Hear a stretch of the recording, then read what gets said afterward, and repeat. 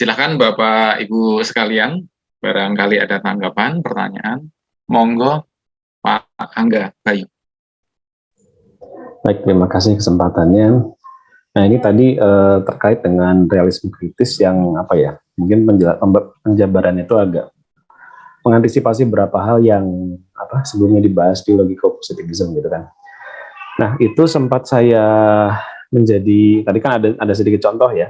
Contoh seperti misalnya 2 tambah 3 itu sama dengan 5, atau barangkali dalam interpretasi yang lain ada kemungkinan bahwa dia itu tidak seperti itu. Nah, paling pertanyaan saya adalah apakah bukan paradigma ya, barangkali ya ini ya, sudut pandang ini ya, logiko-positivism atau realisme kritis dan lain sebagainya itu, dia memang punya tempat untuk mengkritisi atau memandang pada level sains formal gitu, atau hal-hal yang sifatnya itu ya formal gitu ya. Seperti contohnya misalnya gini, kita punya aksiom bahwa yang namanya dalam logika itu tidak ada yang tengah-tengah gitu ya. Jadi ketika satu itu benar, lalu kemudian ada pernyataan yang lain yang menyatakan bahwa itu salah, kita tidak bisa menerima bahwa dia itu sekaligus keduanya gitu. Nah, itu kan hal yang sifatnya aksiomatik gitu ya, dan bisa dikatakan ya realitanya seperti itu, realita logisnya seperti itu. Nah, lalu kemudian seolah dengan adanya paradigma yang lain itu, realisme kritis, interpretivisme dan lain sebagainya, aksiom seperti itu bisa tidak terjadi seolah gitu ya. Nah, jadi pertanyaannya intinya adalah apakah paradigma seperti itu ya mungkin di level epistemologis itu bisa masuk ke level formalisme yang seperti yang tadi saya katakan, baik dalam logika maupun matematika in general, seperti itu. Terima kasih Pak Angga ya, Pak Angga Bayu. Pertanyaannya sangat menarik ya. Lagi-lagi ini sangat mendasar, sangat penting.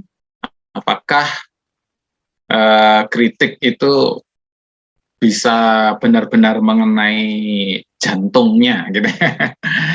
Kalau kritiknya mengenai sudut pandang atau penggunaan barangkali relatif itu wajar Pak ya, relatif karena kalau misalkan Pak Dimitri tadi menyampaikan saat ini ada yang menganggap masih pandemi, saat ini ada yang menganggap tidak pandemi. Tapi kan datanya objektif nih, kan misalkan R-nya sekarang 1,2, tapi kan objektif 1,2 sebenarnya kan gitu.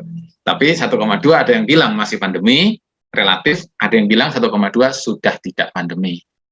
Nah, sekarang 1,2 itu sendiri sebenarnya bisa nggak sih dikritik? Nah, sebenarnya bukan 1,2 R itu. Misalkan sebenarnya 1,5 misalnya gitu. Nah, itu pertanyaan Pak Bayu menurut saya sangat tepat sekali. Dan umumnya benar yang disampaikan Pak Bayu bahwa kritik itu umumnya tidak mengenai formalnya, Pak.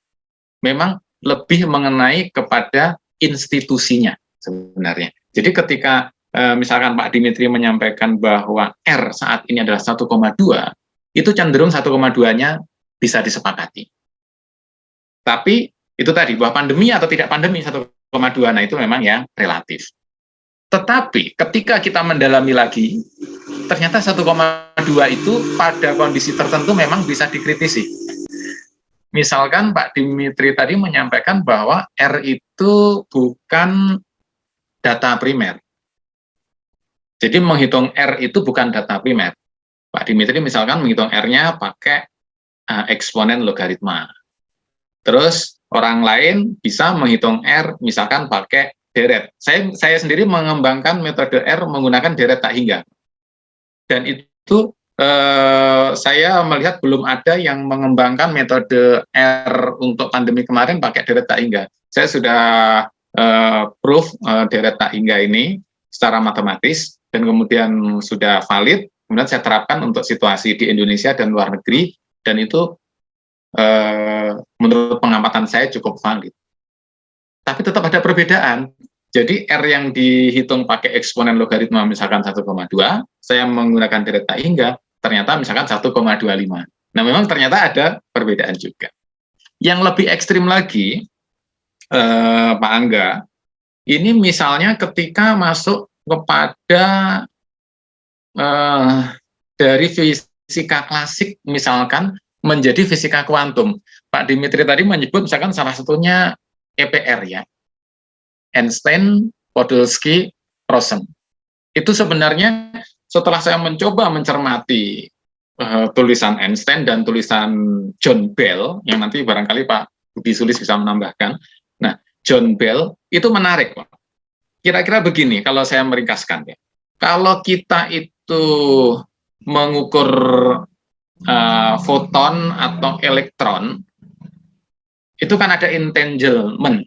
Ya, jadi kalau sudutnya itu sama, sudutnya itu perbedaannya 0, maka hasilnya adalah kuantum mekanik dengan EPR itu sama persis. Tapi kalau sudutnya itu adalah berbeda theta, kemudian theta ini kita tambah lagi dengan theta, kan jadi 2 theta.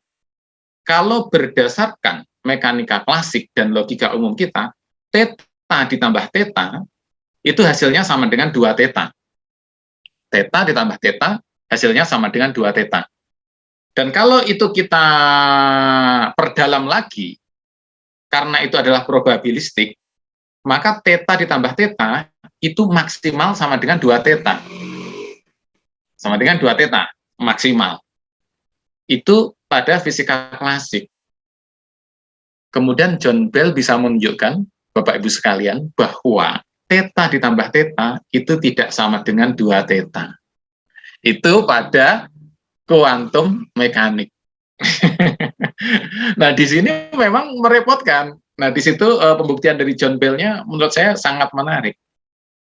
Memang John Bell tidak mengatakan bahwa theta tambah theta selalu berbeda dengan 2 theta, tidak mengatakan gitu. Tapi kalau saya amati, John Bell mengatakan kira-kira gini, theta tambah 2 theta sama dengan 2 theta. Itu terjadi pada 75% kasus. Tapi pada 25% kasus, theta ditambah theta hasilnya adalah lebih besar dari 2 theta. Dan karena 25% itu error yang sangat besar, nah akhirnya itu harus dijadikan revisi yang besar-besaran. Jadi menurut saya Pak Angga, pendekatan saintifik secara umum itu tetap bisa dipegang. Secara umum tetap bisa dipegang, meskipun kita harus terus melakukan kritik-kritik ya. Nah, interpretasi relatif penerapan memang beragam. Dan kemudian kalau terjadi perubahan yang formal, yang signifikan, itu jarang-jarang terjadi, tapi bisa. Barangkali begitu. Pak Dimitri, barangkali ada tambahan. Ya. Makasih Pak Angga. Menarik Pak. Jadi